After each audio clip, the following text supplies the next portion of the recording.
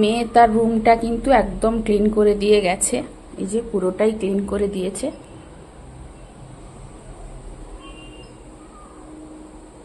আর আমাদের রুমটা দেখুন বন্ধুরা, কর্তামশাই ঘুম থেকে উঠে চলে গেছে আর বিছানা এইভাবে ফেলে দিয়ে গেছে। আর এই যে কালকে পরিষ্কার করেছি, আজকে টি টেবিলটার অবস্থা কি করে দিয়ে গেছে দেখুন। এইভাবে প্রত্যেক দিন সকাল হলে পরিষ্কার করব, আবার সন্ধেবেলায় যেই কে সেই হয়ে যাবে অবস্থা করেছে দেখুন।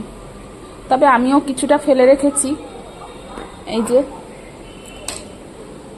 ক্রুশের কাজ করছি, এটাও কিন্তু আমি করছি। আর এটা ফেলে রেখেছি এইখানে, কাজ করতে করতে রাত্রে করেছিলাম তো সেমনি পড়ে আছে। তো চলুন আমি কিন্তু 15 মিনিটে এই রুমটা পুরো ডিপ ক্লিন করে নিব, আর আপনারা সঙ্গে থাকুন। নমস্কার বন্ধুরা, আশা করি সবাই ভালো আছেন, সুস্থ আছেন। আমিও ভালো আছি। আমি সুস্মিতার নতুন আবার একটা ভিডিওতে আপনাদেরকে স্বাগত জানিয়ে আর সঙ্গে নিয়ে আজকের ভিডিওটা শুরু করেছি। তো এই যে দেখুন, বিছানাটা একদম টান টান করে গুছিয়ে পাতিয়ে দিয়ে তারপরে কিন্তু রান্নাঘরে যাব। কারণ রান্নাঘরে যদি একবার ঢুকে যাই তাহলে এই ঘরের ভিতরে আসতে অনেকটা সময় লেগে যায়। তো যেহেতু আমি পুজো কয়েকদিন করছি না, তো সময় একটু হাতে পাচ্ছি, তো সেই জন্য চেষ্টা করি যে রুমগুলো ভালো করে পরিষ্কার করে তারপরে রান্নাঘরে যেতে। কারণ পুজো করার দায়িত্ব থাকলে সকাল সকাল উঠে আমাকে বাসি কাজকর্ম শেষ করে আগে কিন্তু পুজোটা সারতে হয়, তারপরে অন্যান্য কাজ করি। তো আজকে সেই জন্য পুজোর ডিউটিটা নেই বলে ভাবলাম যে বিছানাটা তুলে দিয়ে যাই। যেহেতু এই রুমেটা এসেছিলাম, তো এই কিন্তু বিছানাটা তুলে দিয়ে যাচ্ছি। আর এইভাবে সকাল সকাল যদি বিছানা তুলে গুছিয়ে ভালো করে পরিষ্কার করে রেখে দিয়ে যাই, দেখতেও ভালো লাগে, বাইরে থেকে কেউ এলেও ওরাও কিন্তু প্রশংসা একটু করে যায়। আর এটা শুনতে কার না ভালো লাগে বলুন। তো যাই হোক, আজকে রুমটাকে ভালো করে একটু ক্লিন করে দিচ্ছি, কারণ প্রত্যেক দিনই সকাল হলে পরিষ্কার করি, আবার সন্ধে পর্যন্ত কিন্তু সে যেইকে সেই হয়ে যায়। তো এটা কিন্তু আমাদের প্রত্যেক দিনই ডিউটি থাকে। প্রত্যেক দিন এই কাজ না থাকলে আমরা হাউসওয়াইফরা কী আর কাজ করব বলুন। তাই ভাবি, সংসারটা যখন আমার, ঘরবাড়ি যখন আমার, তো সংসারের দায়িত্বটাও আমার। তাই সংসারকে পরিপাটি করে গুছিয়ে রাখার দায়িত্বটাও আমার, তাই না? আমরা যারা সংসারকে ভালোবাসি বা সংসার পরিষ্কার পরিচ্ছন্ন করে গুছিয়ে রাখতে ভালোবাসি, তারা কিন্তু কখনোই অগোছালো করে ফেলে রাখতে ভালোবাসি না। এখন আগের থেকে মানুষ অনেক সচেতন হয়ে গেছে, কারণ তখন জয়েন্ট ফ্যামিলিতে সবাই থাকতো মিলেমিশে, তখন এতটা পরিষ্কার না রাখলেও গুছিয়ে তারা রাখতে ঠিকমতো পারতো না। বা একটা জয়েন্ট ফ্যামিলিতে থাকা মানে অনেক বাচ্চা থাকতো, তারা কিন্তু খেলাধুলা প্রচুর পরিমাণে করতো। তো সেখানে কিন্তু গুছিয়ে খুব একটা রাখার মতো জায়গা থাকতো না। তাছাড়া তখনকার দিনে এত জিনিসপত্রও ছিল না, তারা কিন্তু অল্প জিনিসে অল্প জায়গায় অনেক লোক বসবাস করতো, অনেক লোক একসঙ্গে বাস করতো, আনন্দ উল্লাসে থাকতো। আর এখন বড় বড় ঘর হয়েছে, বেশি বেশি জিনিস হয়েছে, কিন্তু মানুষ বলতে একজন দুজন। আর সেই একজন দুজনকেই কিন্তু সংসারের সব কিছু গুছিয়ে পরিপাটি করে রাখতে হয়, তখন কিন্তু পরিশ্রম তো হবেই, তাই না? যাই হোক, আপনাদের সঙ্গে কথা বলতে বলতে আমার রুমটা কিন্তু পরিষ্কারই হয়ে গেল বলতে গেলে। তো এই যে দেখুন, রুমটা কতটা পরিষ্কার হয়ে গেছে, কত সুন্দর লাগছে দেখতে। প্রত্যেক দিন যতই পরিষ্কার করি না কেন, প্রত্যেক দিন কিছু না কিছু নতুন জিনিস বেরোতেই থাকে। তো এই যে জিনিসগুলো বেরোয়, ঢুকিয়ে না রাখলে কিন্তু সেরকমভাবেই পড়ে থাকে। এই যে কত এক্সট্রা জিনিস, আর এই যে ইয়ারফোন হারিয়ে গেছে, কৌটোটা পড়ে আছে, ব্যাটারি এক্সট্রা পড়ে আছে, এগুলোকে গুছিয়ে না রাখলে সেরকম পড়ে থাকবে। কাটার একটা, এই এক্সট্রা জিনিসগুলো কিন্তু বন্ধুরা আমি তার উপরে সব রাখবো, তার উপরে সব কিন্তু এক্সট্রা যত খুচরো জিনিস সব তার উপরে আছে। আর এই ব্যাগ কিন্তু আমি ফেলি না একটাও, সব গুছিয়ে রাখি, অনেক সময় অনেক দরকারে লেগে যায়।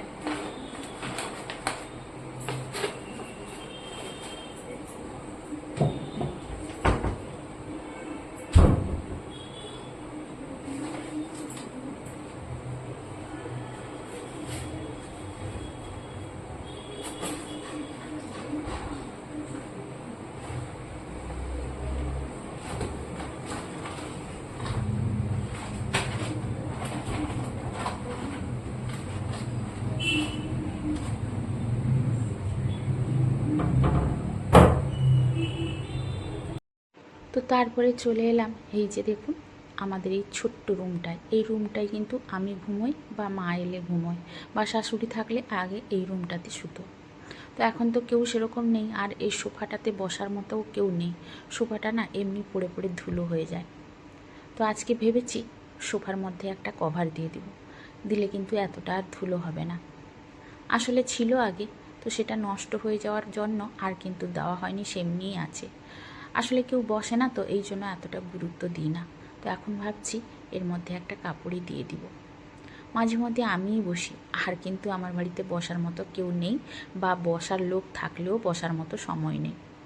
তো ভাবলাম এই যে আমার হাজব্যান্ড এই চাদরটা কিন্তু রাত্রেবেলায় গায়ে দিত, আর এইটা একটু ছিঁড়ে গেছে। তো ভাবলাম এখানে ফেলে দেবো কেন, এই চাদরটাকে এখানেই কভারটা লাগিয়ে দিই। ডবল ভাঁজ করে কিন্তু এর উপরে চাপিয়ে দিলে এতটা ধুলো হবে না। আসলে জিনিস আমরা কিন্তু শখের বশে করে ফেলি, কিন্তু ব্যবহার না করলে যে জিনিস নষ্টও হয়ে যায়, আবার ভালোও লাগে না। তো এভাবেই কিন্তু আমার বাড়িতে অনেক জিনিস শখের বশে আমরা করেছি। আমি এতটা করি না, আমার হাজব্যান্ডের কিন্তু সব জিনিস করার প্রচুর শখ। তো ও কিন্তু প্রত্যেকটা জিনিস করে, কিন্তু কিছুদিন পরে তখন দেখা যায় ওই জিনিসটা এমনিতেই পড়ে থাকে। তো এই সোফাটাও একটা জিনিস আসলে শখের বশে করেছে, কিন্তু আমাদের বাড়িতে বসার মতো কেউ নেই। আর তাছাড়া ফেলার মতো খুব একটা ভালো জায়গা নেই, যে বাইরের কেউ এলে বসবে। নিচের তলায় ফেলার মতো জায়গায় নেই, না হলে কিন্তু নিচের তলায় রেখে দিতাম। তো সেই জন্য এখানেই পড়ে আছে।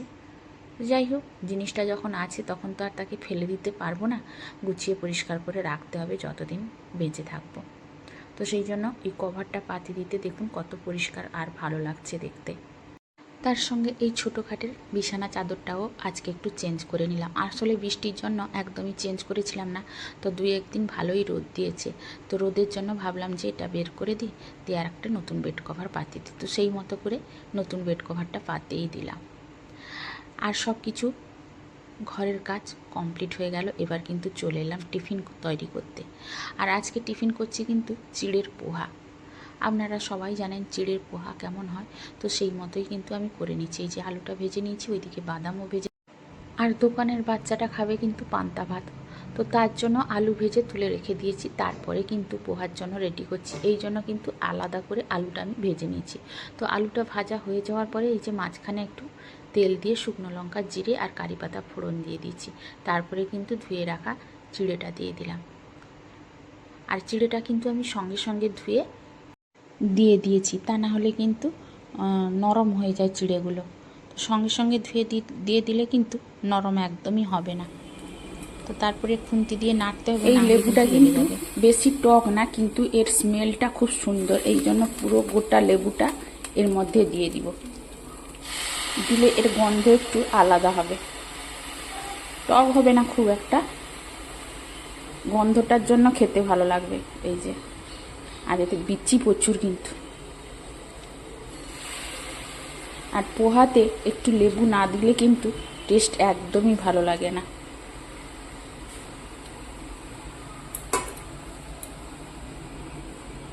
পুরো লেবুটাই দিয়ে দিলাম। আপনাদের হয়তো দেখে মনে হবে এতটা লেবু দিয়ে দিচ্ছি টক হয়ে যাবে, তবে একদমই টক হবে না, এর গন্ধটা একটু আলাদা হবে। এই যে পুরো গোটা লেবু দিয়ে দিচ্ছি।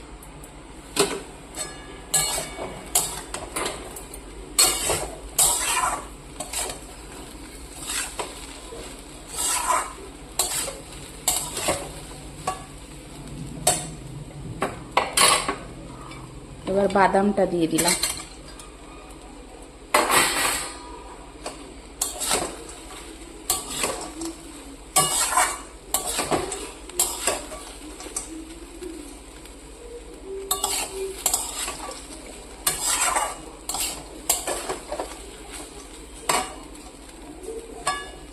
হয়ে গেছে, এবার কিছুক্ষণ এরকম রেখে দিলে কিন্তু ঝরঝরে হয়ে যাবে একদম। আজকে আর বাজারে যেতে হয়নি বন্ধুরা, বাড়ির সামনে বাজার এসেছিল, মানে সবজি নিয়ে আসে এই ঠেলা গাড়ি করে, তো সেইখান থেকে এই সবজি সব নিয়ে নিয়েছি। এটা মায়ের কাছ থেকে নিয়ে এসেছি, আর এই যে এত সবজি কিন্তু কিনেছি, আর এতখানি আর এই যে থালকুড়ি পাতা এতটা এনেছে, এটা কিন্তু 20 টাকা মাত্র নিয়েছে। আর সবজির দাম কিন্তু এখন প্রচুর পরিমাণে বাড়া। তো যাই হোক, খেতে তো হবে, সবজি তো নিতে হবে। তবে এই কটা সবজি আজকে এনেছি। তো চলুন সবজিগুলো গুছিয়ে রেখে দিই।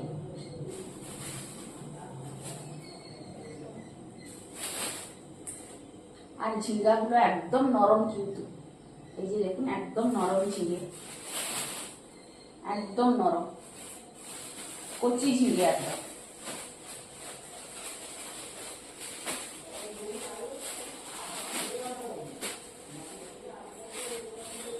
শশা আছে বাড়িতে, তাও ভাবলাম যে কচি শশা যখন দুটো নিয়েছি।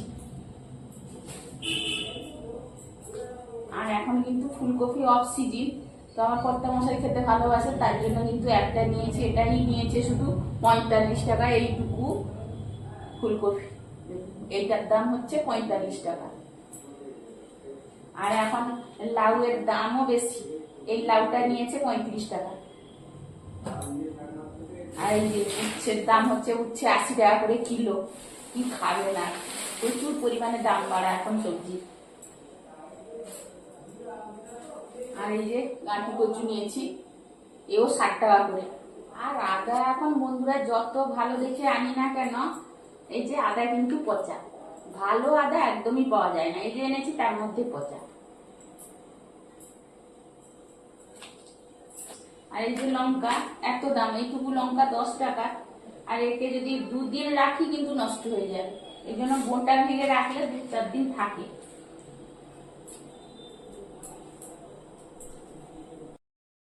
আজকে আর রান্নাটা শেয়ার করলাম না, তাই তরকারিগুলো কি হয়েছে এক ঝলক আপনাদেরকে দেখিয়ে দিচ্ছি। তো হয়েছে কিন্তু থানকুনি পাতার বাটা, আর হয়েছে পেঁপের তরকারি, আর হয়েছে পেঁপে কুমড়ো দিয়ে ডাল, আর হয়েছে উচ্ছে ভাজা। এই হয়েছে দুপুরের মেনু। কারণ ছেলেটা এক্ষুনি খেয়ে বেরিয়ে যাবে, তাই দেরি হয়ে যাবে বলে আর ভিডিওটা আপনাদের সঙ্গে করতে পারিনি। তাছাড়া ছেলেটা এটা নেব ওটা নেব করতেই আছে, তো সেই জন্য আর রান্নার ভিডিও শেয়ার করতে পারিনি। খুব তাড়াহুড়ো করে রান্না করেছি। তারপরে এই যে ছেলেকে প্রথমে খেতে দিয়ে দিলাম।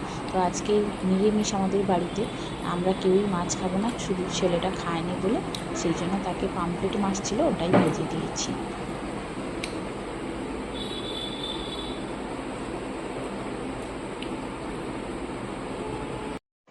ছেলে খাওয়া দাওয়া করে চলে গেছে। আসলে ছেলে যখন বাড়িতে আসে তখন কিন্তু বড্ড জ্বালায়, তখন রাগ হয়, বকাবকি করি, কিন্তু ছেলে যখন বাড়ি ছেড়ে চলে যায় তখন কিন্তু মনটা খুব খারাপ হয়ে যায়। তো কী আর করব, কিছু করার নেই, বাচ্চাদের ভবিষ্যতের কথা ভেবেই কিন্তু বাচ্চাদেরকে বাইরে পাঠাতে হবে। তো সে চলে গেছে, তারপরে আপনাদের সঙ্গে কিন্তু একদম বিকেলে দেখা করছি। আর কদিন বলতে গেলে বৃষ্টি হয়নি, মানে 3 দিন হয়ে গেল আজকে বৃষ্টি হয়নি, রোদ হচ্ছে। আমার ছাদের গাছে কিন্তু জল আমি কাছাকাছি 1 মাস মতো দিইনি। তো সেই অভ্যাসটা ছিঁড়ে গেছিলো, আবার আজকে জল না দিলে কিন্তু গাছগুলো আমার মরে যাবে। তাই ভাবলাম কাপড়গুলো শুকিয়ে দিব, তার সঙ্গে গাছে জলও দিয়ে দিব, তা না হলে গাছগুলো কিন্তু মারা পড়ে যাবে। আসলে এই যে কোনো জিনিসের একটা অভ্যেস ছেড়ে গেলে সেই জিনিসটা আবার শুরু করতে অনেকটা সময় লেগে যায়। ওই যে মানুষ অভ্যাসের দাস, অভ্যাস একবার হয়ে গেলে তখন কিন্তু আবার অভ্যাসে পরিণত হয়ে যায় সব কিছু। কিন্তু যখন অভ্যাস আবার চলে যায়, সেই অভ্যাসটাকে আবার অভ্যাসে পরিণত করতে অনেকটা সময় লেগে যায়। তো যাই হোক, আজকে কিন্তু গাছে আমাকে জল দিতেই হবে, তো সেই জন্য বিকেলে গাছে জলটা দিচ্ছি। আর গাছের পাতাগুলো কিভাবে নড়ছে দেখুন, তার মানে আজকে বাতাসটাও বেশ ভালো হয়েছে বিকেলের দিকে। তো আমি কিন্তু আজকে ভাবছি যে বিকেলে অনেকক্ষণ ছাদে বসবো, কারণ সন্ধেবেলায় তেমন একটা কাজ নেই, তো সেই জন্য ভাবলাম যে একটু বসবো। তো আগে গাছের জলটা দিয়ে দিই, তারপরে মেয়ে এলে সন্ধে দিবে, ততক্ষণে আমি একটু বসে হাওয়া খাবো। আজকে বাতাসটা বেশ ভালোই হয়েছে। তো ভিডিওর এই পর্যন্ত এসেই বলবো, যেসব বন্ধুরা আমার ভিডিও প্রত্যেক দিন দেখেন আর সুন্দর সুন্দর কমেন্টগুলো করেন, তাদেরকে জানাই অসংখ্য অসংখ্য ধন্যবাদ। আর নতুন কোনো বন্ধু যদি ভিডিওটি দেখার জন্য এসে থাকেন, যদি ভিডিওটির কোনো অংশে আপনাদের ভালো লেগে থাকে, তাহলে অবশ্যই একটা সাবস্ক্রাইব করে পাশে থেকে যেতে পারেন বন্ধু হয়ে। আর যেসব বন্ধুরা আমার অলরেডি এই কাজটা করে রেখেছেন, তাদেরকে জানাই অসংখ্য ধন্যবাদ। তাহলে আজকের মতো বিদায়।